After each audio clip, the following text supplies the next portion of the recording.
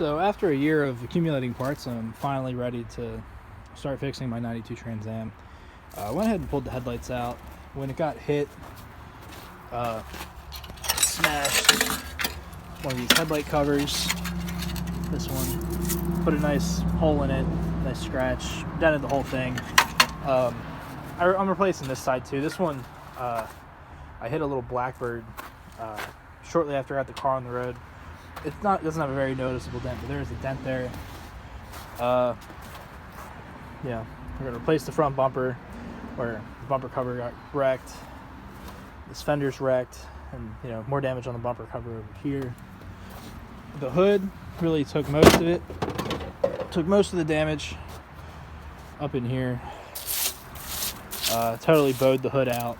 Nice deep scrape across the hood. But tomorrow is the Delaware Enhanced Inspection, which you have to go through whenever a car is deemed a total loss. You have to go through that.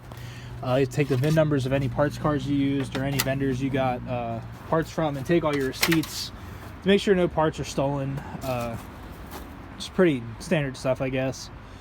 But it only happens once a month, and it's tomorrow. So we have a little bit of progress to make. I'm going to run it through with this bumper. I don't think they'll fail me for this little piece, and I don't think they'll care about the fender either. People drive around with wrecked cars all the time. But I'm going to throw a stock hood on there because I'm prepping my other Trans Am hood for paint. And this fog light down here, I'm going to replace. Again, I don't know if they'll care about that. You don't need fog lights. You only need turn signals, and I have the turn signal, but I figured I might as well replace it. The bumper cover's coming off. This bumper's junk at this point anyway, so if I put it on, sort of half-assed, it really shouldn't be that big of a deal. So it's kind of half-assed, but like I said, I don't want to take this bumper off just to go put it back on and then take it off again just so I can fix this fucking fog light. Smashed. I should be able to get the 2 bolts out from the bottom to get that out like this. The connector's back here in the frame horn, so it shouldn't be a big deal. I have a new bumper on the way. It's supposed to be here Thursday, but that's tomorrow. I didn't want to have to deal with rushing to get to the DMV before they close for the inspection. So yeah.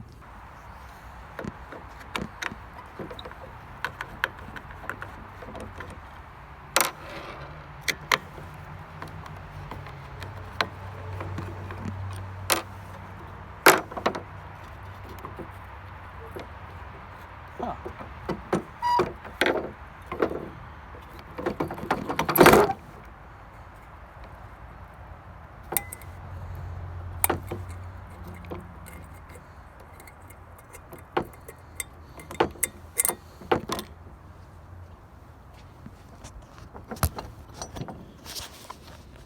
So if you can see that, this housing's pretty dumpy. I'm gonna run it for now, I guess. It's really the only option I have at the moment. This is gonna end up coming back out. I don't want to deal with that. Either I'm gonna replace it or I'm gonna sandblast it and paint it. Hopefully I can separate the glass from the housing itself so I don't break it when I start sandblasting it. Alright, so the fog light's back in. I put it in backwards like an idiot, but looks a lot better already. The fading isn't too far off from the other one, so I might just leave them in there. I don't know if you guys have ever heard the expression, the easy way is actually the hard way, but in my attempt to save some time to get that fog light out, I ended up cracking my ground effect piece, which is pretty expensive. This car's not going to paint for a couple months, so it's not a huge deal, but if I would have taken the 5 push pins out of the bottom, I could have avoided breaking that. And then to top it off, realistically, I guess not. I was gonna say, I think I probably could have just changed the fog light housing with the bumper on anyway, but it doesn't look like that's actually the case. So now I'm gonna go ahead and pop these headlights back in. I'm gonna have a nice black and green front end. That'll be pretty cool. So when I take these headlights out of any of these 3rd gen Firebirds, I like to take the headlight shroud out, just like you would when you're changing the light and you pop these 2 out on each side. I just did that just to show you guys, but you do that and it gives you a ton of, not really a ton of room, but you can get in and see the 2 bolts that'll hold the headlight in. If it focus. Yeah, right. You should be able to see the witness marks for where they bolt up. That makes it really, really nice. And it's a lot easier than trying to reach under the car and come up under the ground effects and everything. And then the thing is, once the headlights are out, you have perfect access to the fender bolts on either side, which is why I like to do it this way.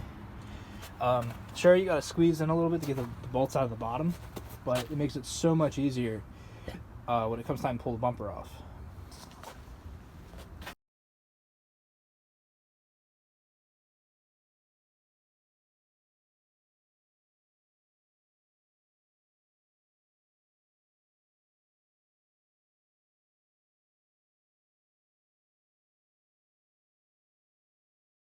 If you've ever had one of these hoods off, you know that they're pretty heavy. They're definitely not the easiest thing to take off by yourself, and they're definitely not any fun to take off by yourself.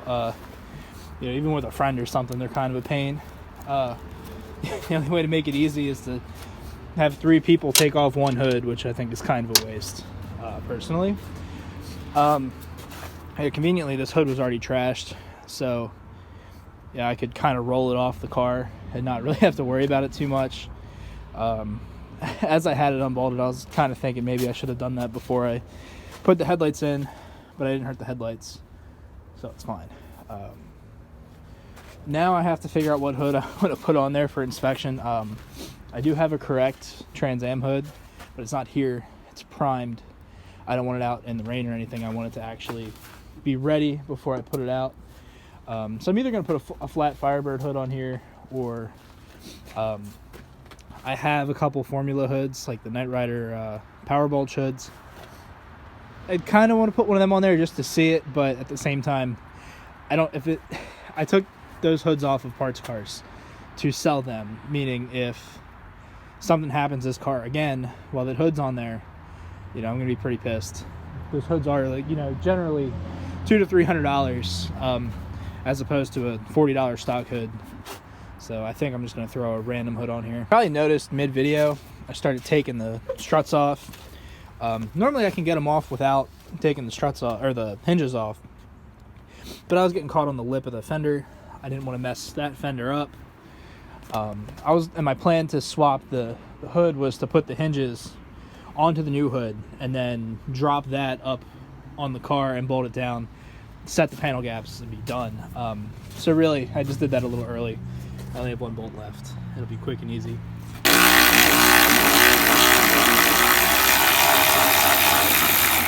Like I said, quick, and now you guys are in for the next fun part where I put the hood back on by myself. I planned on using a flat Firebird hood.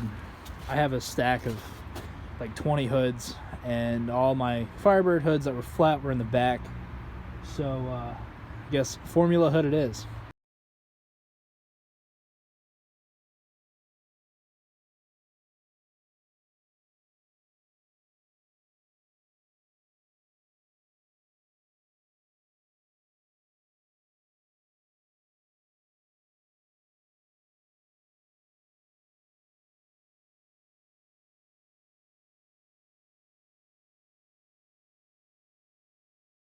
Hopefully that wasn't too painful to watch. I mean, like I said, these hoods are a bear.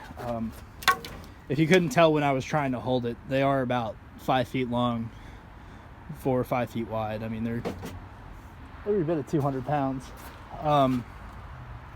So yeah, I mean, it's on.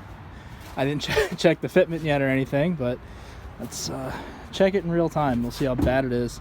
I mean, I managed to get it on. I didn't wreck the fender. I didn't wreck the windshield. I didn't crush the headlights or tear the bumper up any more than it already was. The hood hinges should be straight. I don't think I bent them because I tried to pick it up to drop it over.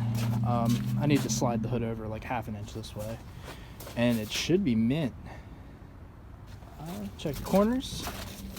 Yeah, corners are good. I think I need to, I mean, this fender's tweaked, so I can't say for sure. When I have a straight fender on there, I can tell, but at least for this hood, it feels like I need to shim it on that side, but it's high on this side too, so maybe it's just out of alignment. I guess we'll see. I'm going to call it a day here. The hood's bolted on. I need to do something about the alignment. You can kind of see it fits up there, and then as it tapers in, it starts hitting the fender. The gap on the headlight is insane, and it's hitting on this side. So I'm thinking the bottom bolt hole on that hood needs to come over this way, and then it should line up. I can't even tell if it latches or not. Yeah, the latch is like on the very, very edge of where it can go. And like I said, there's tons of space on this side, and if you look, you can see it narrow at the top, wide at the bottom. I'm assuming I need to slide that hinge this way, but I'm not totally sure yet. But my impact gun's dead. My cordless ratchet's dead. It's getting dark. I need to clean up. So thanks for watching. See you guys next time. Like, comment, subscribe.